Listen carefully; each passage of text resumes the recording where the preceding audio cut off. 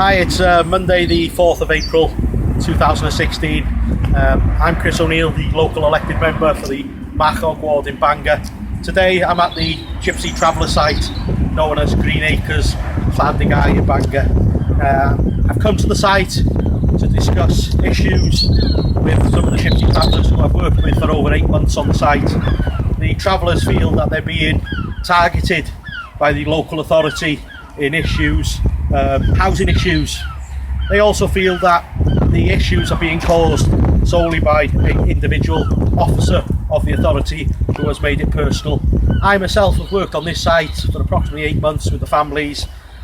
In terms of the work I've done on the site, it's successfully defended a eviction for one family on the site.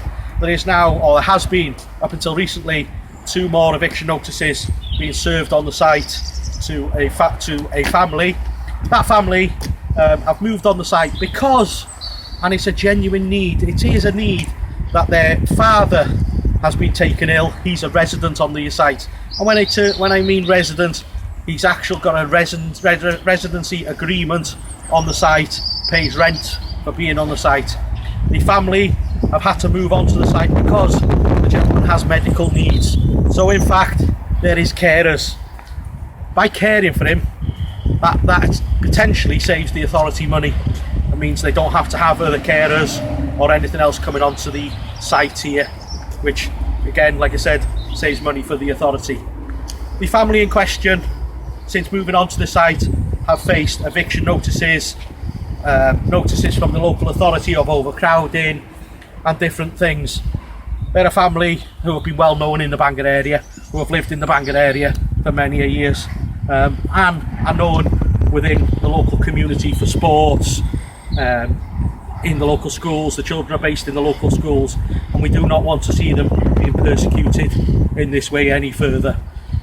Recently we've defended 2 eviction notices that have been served by the local authority, and in particular by the officer that obviously I can't name for legal reasons, but the ones that these travellers believe is victimising them. As you can see just to my left hand side, this is the entrance to the site. You know, this is a traveller site. It's not Alcatraz, it's not Borstal or anywhere else. It's a site that's supposed to be a home, a welcoming home. Tarmac pathway has only just happened, should have happened a long time ago. In particular, I pay my attention to 2 plots on this site. Plot number 1, plot number 2. Plot number 1, out of 8, there is 8 plots on this site. Plot number 1 is a plot that has always been a plot. The local authority will tell you it's never been a plot. Yet I have written proof and photographic proof that there's been a tenancy here. Within the planning department of Gwynedd County Council, there is archived photos showing caravans on that plot. Yet they tell me it's an office for their worker. The worker, who unfortunately isn't here. It's supposed to be a managed site.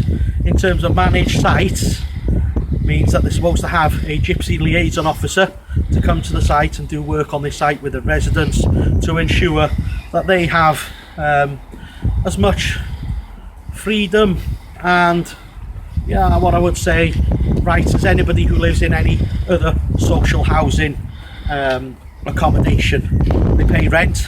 They pay just as much rent as somebody who lives in a social housing authority. Just as we move on, we are going to arrive at plot 1. This is the site where they say is now not a plot. Always had a caravan, not a plot, yet they've got a shower room. A shower room that every other plot on this site has. It's plot. It isn't an office. It never has been an office until the authority decided to drop a porter cabin on the site. There's been an assessment made, and an assessment was put out to show that there was a need for further plots. The young family living in here have recently faced an eviction notice. This is a family, mother and father, and that of a person who is expecting a baby. The local authority took no assessment needs into question. They pulled up on the plot because the plot wasn't being used. There was nowhere else for them to go, and as such, yes, they've created an issue. They've become squatters. The authority have done nothing about it to help us here. Yeah, the plot was open, the plot was ready to be used. They've done nothing about it. We move on a little bit further on to plot 2. This is the plot belonging to a family whose father has complex medical needs. In terms of the needs, the family need to be on the site, they need to be close. Within that site, again, there is a number of bodies living on the site. These people choose to live in this way. They don't want to live in a house. It's how they've been brought up. It's how their culture live. Why are we trying to change it? What are we doing to these people to harass them further? It's been 8 months. This family have received eviction notices, letters from the council, horrible letters from the council, you know, giving them no alternative but to battle with the council.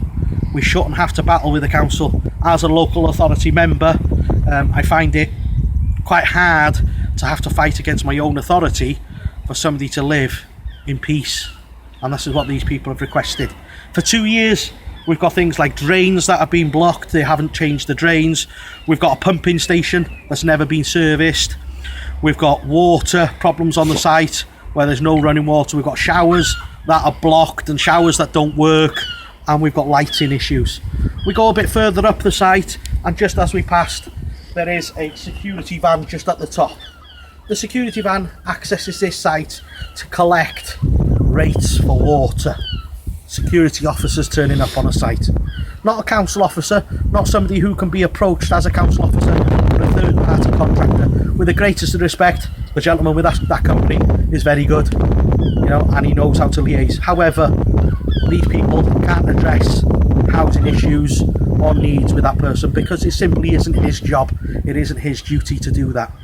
That person's instructed to come on this site simply because 12 months ago there was an incident on this site, an alleged incident where a council worker was attacked.